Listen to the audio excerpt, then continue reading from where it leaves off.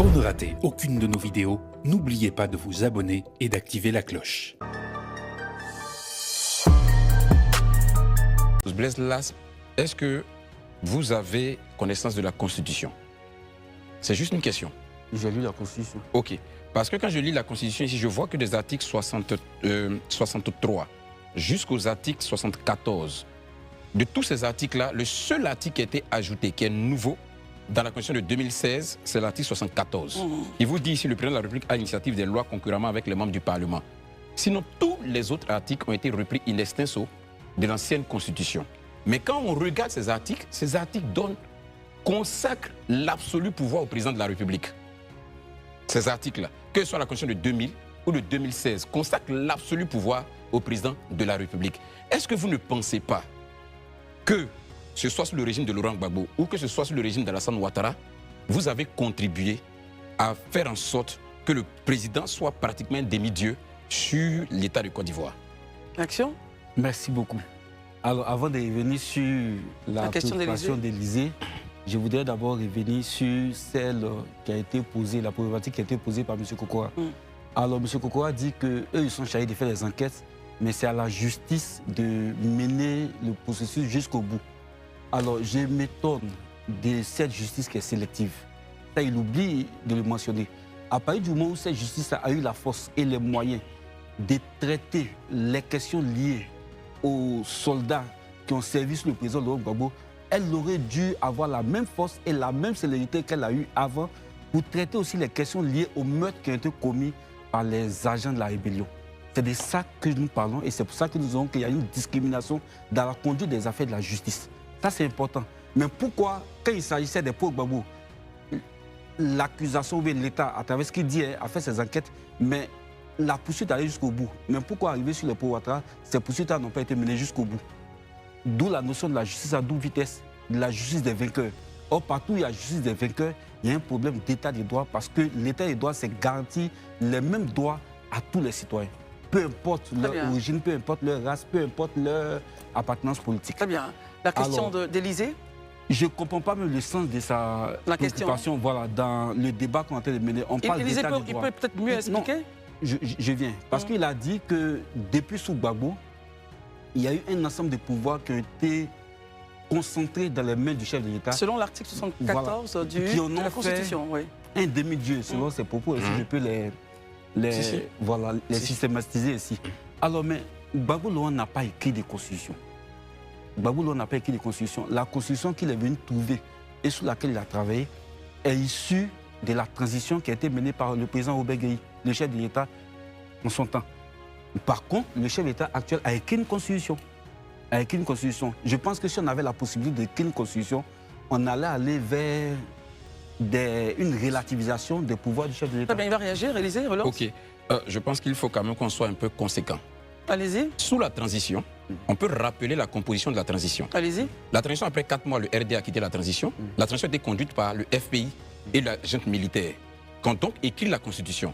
Laurent Gbagbo, et c'est de mémoire, a eu une déclaration, il a dit l'article 35 a été écrite justement pour éliminer Ouattara. Ça, c'est de notoriété, nous tous on l'a vu. Donc quelqu'un qui n'a pas écrit une constitution, mais qui sait l'esprit qui a poussé la constitution à écrire l'article 35. Vous ne pouvez pas me dire que Laurent Gbagbo est étranger à la constitution. Il va réagir maintenant, bien sûr. Merci beaucoup. Laurent Gbagbo, il y a très peu de temps, lors des meetings, a fait un commentaire sur la constitution actuelle qui a été prise en 2016. 2016, oui. Voilà, mais ce n'est pas lui qui a écrit cette constitution. Mais il a dit que cette constitution imposait qu'un troisième mandat ne pouvait se faire. Il ne fait qu'une interprétation, une analyse de la constitution, selon l'esprit qu'il sous-tend ou bien l'esprit qu'il perçoit dans cette constitution. Mais ça ne voudrait pas dire que c'est lui qui est le maître ou bien le maître de cette constitution. Très bien. Donc c'est un commentaire qui a été fait par un homme politique. Bon, on va terminer dessus. Excusez-moi, je vais terminer dessus. Herman, s'il vous plaît. Soit on reste sur ce qu'il dit, mais la question reste toujours d'actualité. Laurent Gbagbo n'a pas écrit de constitution, il vient y trouver une constitution qui donne tous les pleins pouvoirs à un président de la République, donc qui en fait un demi-dieu. Est-ce qu'il trouve, lui, qui est un homme d'état de droit, aujourd'hui qui condamne la gestion du pouvoir parce qu'il estime aujourd'hui que le président est pratiquement le Dieu vivant sur terre.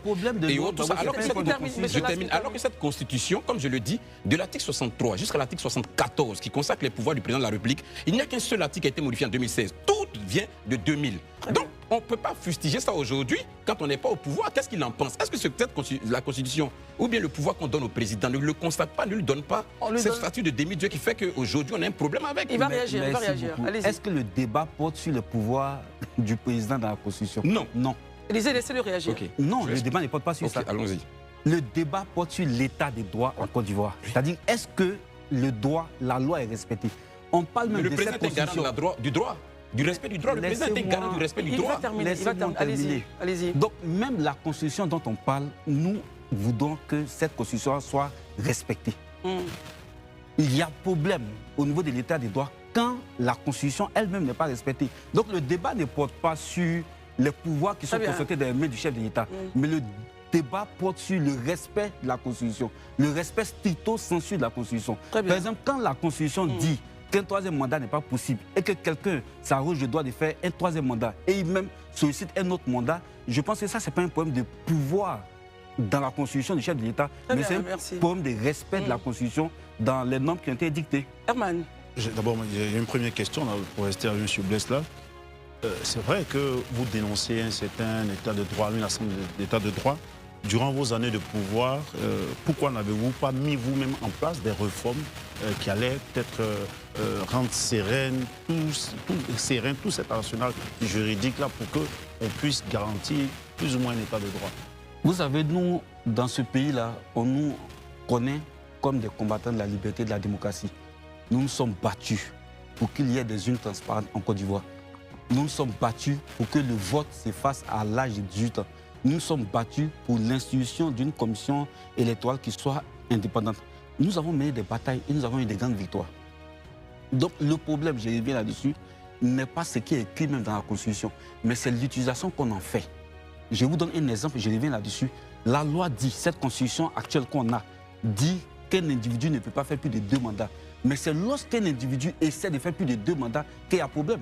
Donc le problème ne réside pas dans la Constitution, mais le problème réside dans la volonté de respecter ou non les tests chez certains individus. Ceux d'en face disent par exemple que nous sommes dans une nouvelle république donc, qui remet à plat l'ancien national constitutionnel. Avec tout le respect que je lui dois, je pense que c'est de la mauvaise foi.